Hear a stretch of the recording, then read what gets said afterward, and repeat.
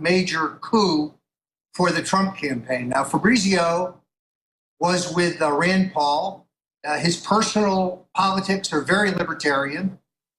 He's exactly what the doctor ordered in terms of helping Donald Trump refine his attack strategy on the Clintons and helping him define what the key issues are going to be that decide this election. It's a 10 strike getting him on board. I'm very excited about it. Well, I remember you 6 months ago telling me about Fabrizio and just how key he is to winning this thing. Run us through the waterfront. I mean, folks want to know all things Trump, how the campaign's going, what the next shoe to drop is, what the enemy's up to, what Hillary's up to. Well, as you know, and I'm sure you've heard it, Alex, I heard it a lot today, Donald Trump was meeting today with Henry Kissinger. I read on Infowars.com the other day that he met privately with James A. Baker III.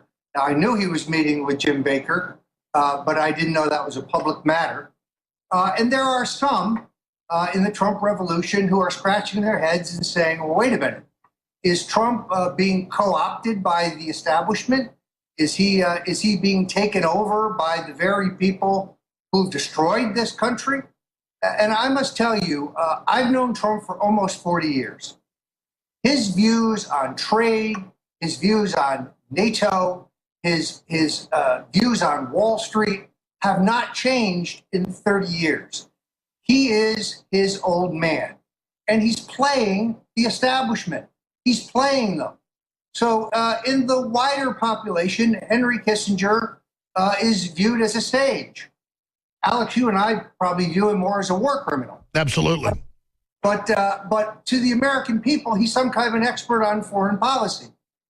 Believe me, Donald Trump, I'm sure, is seeing Henry Kissinger as a courtesy.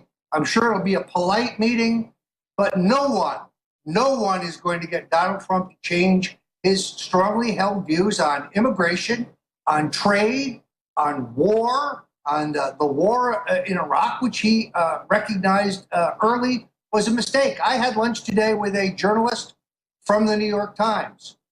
She affirms that she interviewed Trump before the beginning of the Iraq War, at the very beginning, and that he was unquestionably opposed to the war. Sure, he wrote that in his book at the time. Well, I mean, let me expand on this. I said the same thing you're saying yesterday. I hadn't talked to you about your views on it yet, but I mean, it's the same because it's true.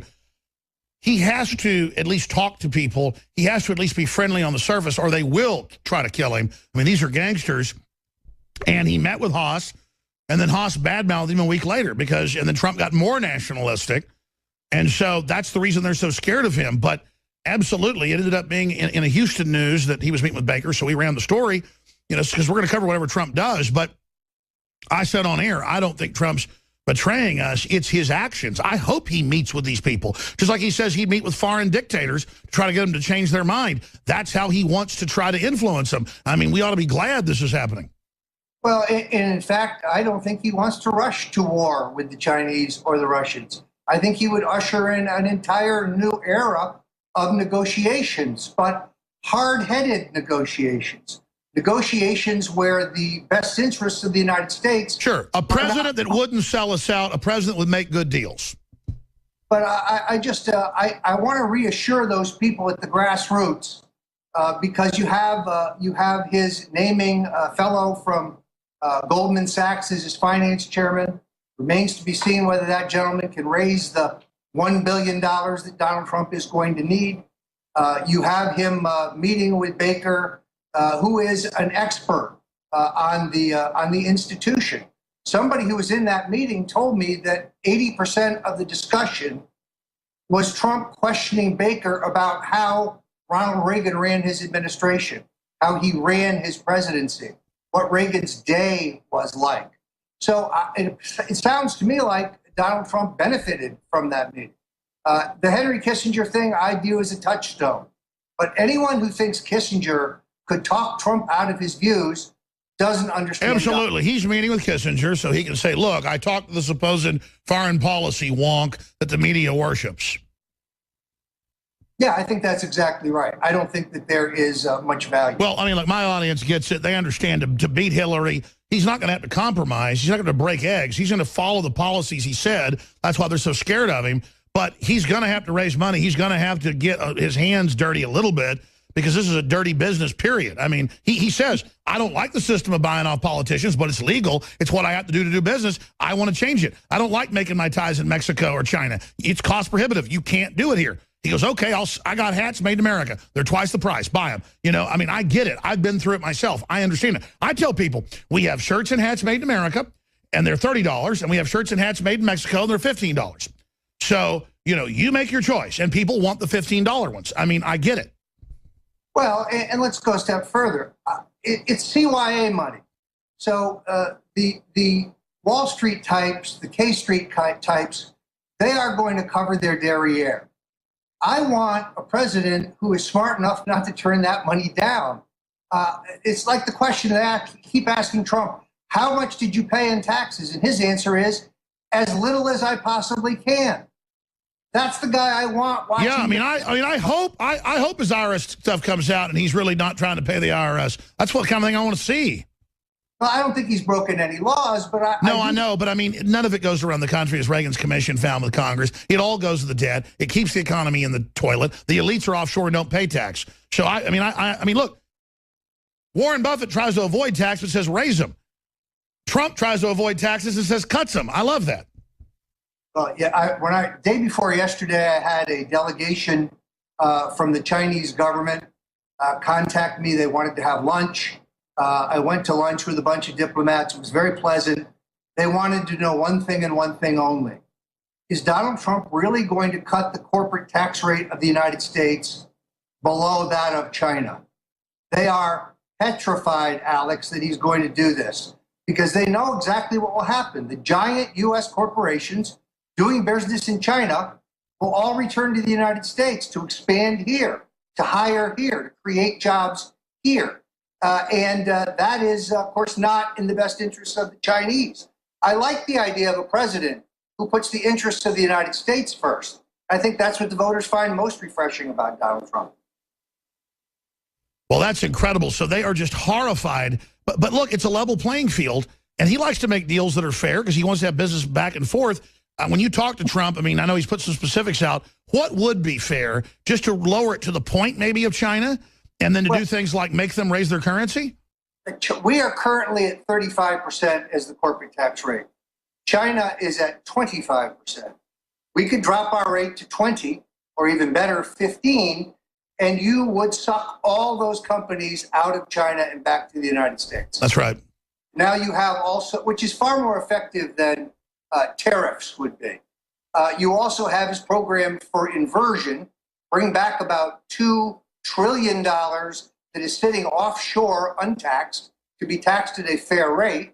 And then Trump is the only presidential candidate who's recognized that there's almost $1 trillion sitting in the federal checking accounts, which has never been swept, that is unbudgeted. So before you start cutting social programs, let's go get that money. Trump has the most dynamic and really the most pro-growth. That's right, and he won't shut down another 1,000 plants like Obama did, which will try to keep us competitive on energy. I mean, he will literally, all he's doing is going to take Count Dracula off our neck. Just taking the vampire off, we could get better. But we have to get Count Dracula off, and globalism is Count Dracula. Agreed. Now, you asked me about obstacles for the campaign. I do want to warn your viewers and your listeners about this Great America PAC. This is run by Ed Rollins, who actually works for Teneo, which is, he's a senior advisor there. Teneo is a Bill and Hillary Clinton connected lobbying firm that paid Bill Clinton about $2 million a year. Rollins' cohort in Great America PAC is a fellow named Jesse Benton. Oh, boy. He's a convicted felon, convicted just last week of bribing people in Iowa to support Ron Paul. He drove Ron Paul and Rand Paul's campaigns into the toilet. He is devoid of any political skill. This particular PAC, Great America PAC, has a $600,000 debt on the books. And that's the one I've seen in the news that's kind of acting like it represents Trump. And so Yeah, I mean, Rollins, who's never been a Trump supporter, keeps now. Well, I mean, you even heard our guest in here where they're contacting him, acting like they represent Trump to put him on Trump's advisory board. And Trump is actually in the news with his lawyers saying, don't give money to this group. Yeah, I mean, look, this is a scam. And I'm sure if you're like me and you're on every pro-conservative and pro-liberty mailing list, you're getting inundated with these appeals. Don't fall for it. These folks said they were going to spend $1 million to help Trump. They wrote $1 million check to a media buyer, but then the New York Times determined that they only spent $100,000 on ads in the primaries. So this is a fraud, and the hard-earned dollars of individual mom-and-pop donors. Sure. Well, I mean, don't we have to also watch out for straw men with, like, not this group, but other groups where they put out fake Trump supporters and then have them say outrageous stuff? I mean, that's what type of dirty tricks do you expect next? Because you said the woman thing, the mafia thing, they've done all that now, the fake lawsuits. What else is coming? Well, this New York Times piece, I think, is a watershed. And I give great credit to the Trump campaign because they were able to roll out a number of the women who were quoted in the story, but who were quoted out of context. And in many cases, the Times divined what these women were thinking. Oh, she felt degraded when Trump said, why don't you put on a bathing suit? These women didn't feel degraded at all.